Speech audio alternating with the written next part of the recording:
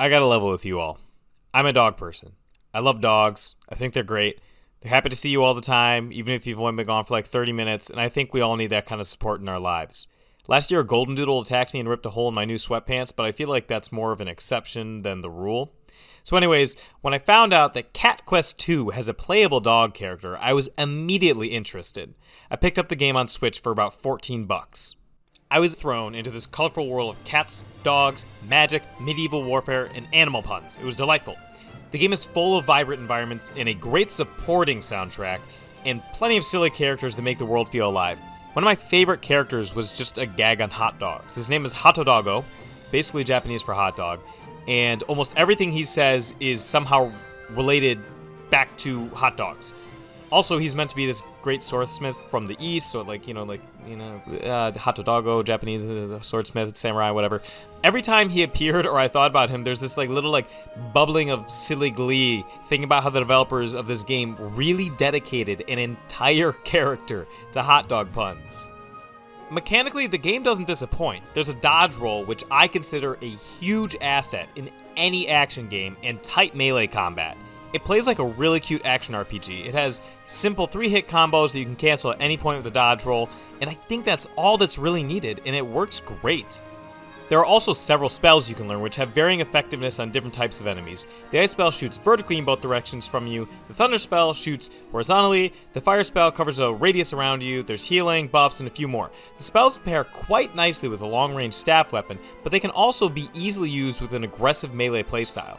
It's simple, but it is exactly as deep as it needs to be. There's just enough complexity to give the player plenty of options and not an ounce more.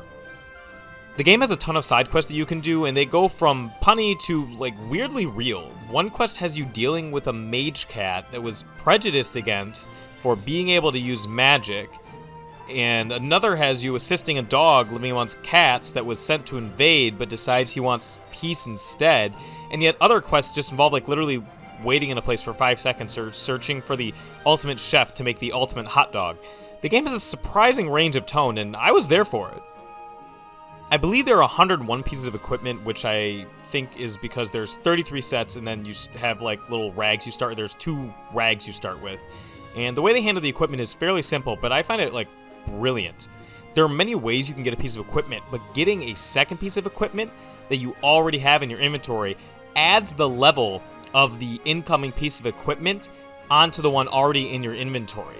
So this makes it that no quest ever feels wasted, even if you're over-leveled or you missed it on your first pass of an area. Any upgrades to your equipment are welcome regardless of level, and can save you a lot of money you'd otherwise have to spend upgrading the equipment at one of the smithies. Something else I think is really cool is that all equipment is viable at high levels. Some equipment boosts multiple stats, like defense and magic, while others may only increase one stat, like strength or health, the latter of which scales horribly.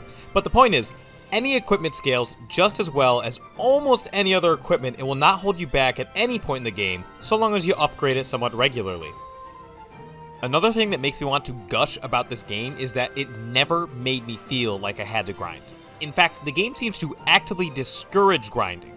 Compared to the experience and gold you get from quest rewards, the experience and gold from fighting monsters is peanuts, chump change, rookie numbers. This makes it so that there's no real incentive to take out enemies that you don't need to. This contributes to the pace of the game feeling fast and light.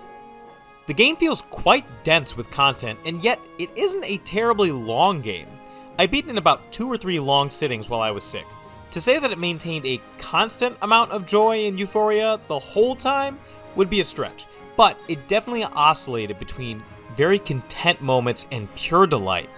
That's something I think more games could strive for, just being a good time the whole time. The one thing about the game that did bother me is the way it pads itself out at times, having you run all over the map.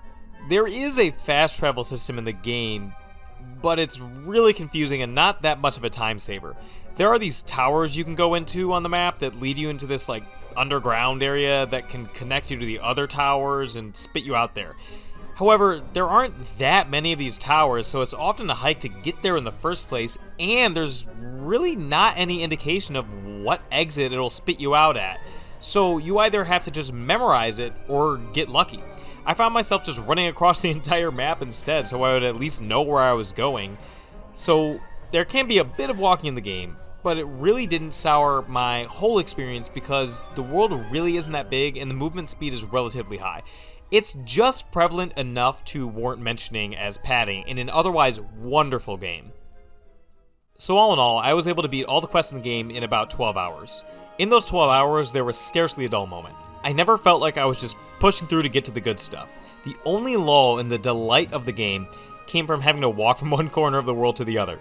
Nothing in the game felt wasted because of the simple but brilliant equipment system, and the combat was exactly as engaging as it needed to be for me to never get bored with it. The bright and colorful world, bad puns, and quirky characters kept me on cloud 9 the whole time I was playing. This is, without a doubt, one of my most pleasant surprises in gaming since joining the great American workforce.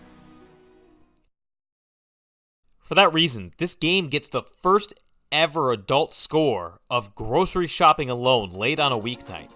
You do a bit of walking around the store, picking out all the food you're going to eat for the next couple of weeks. The shopping itself isn't particularly taxing and it won't take a very long time. In fact, it's a pleasant, relaxing experience.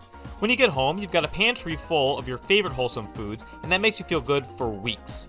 You find contentment in providing for yourself and excitement for your next meal.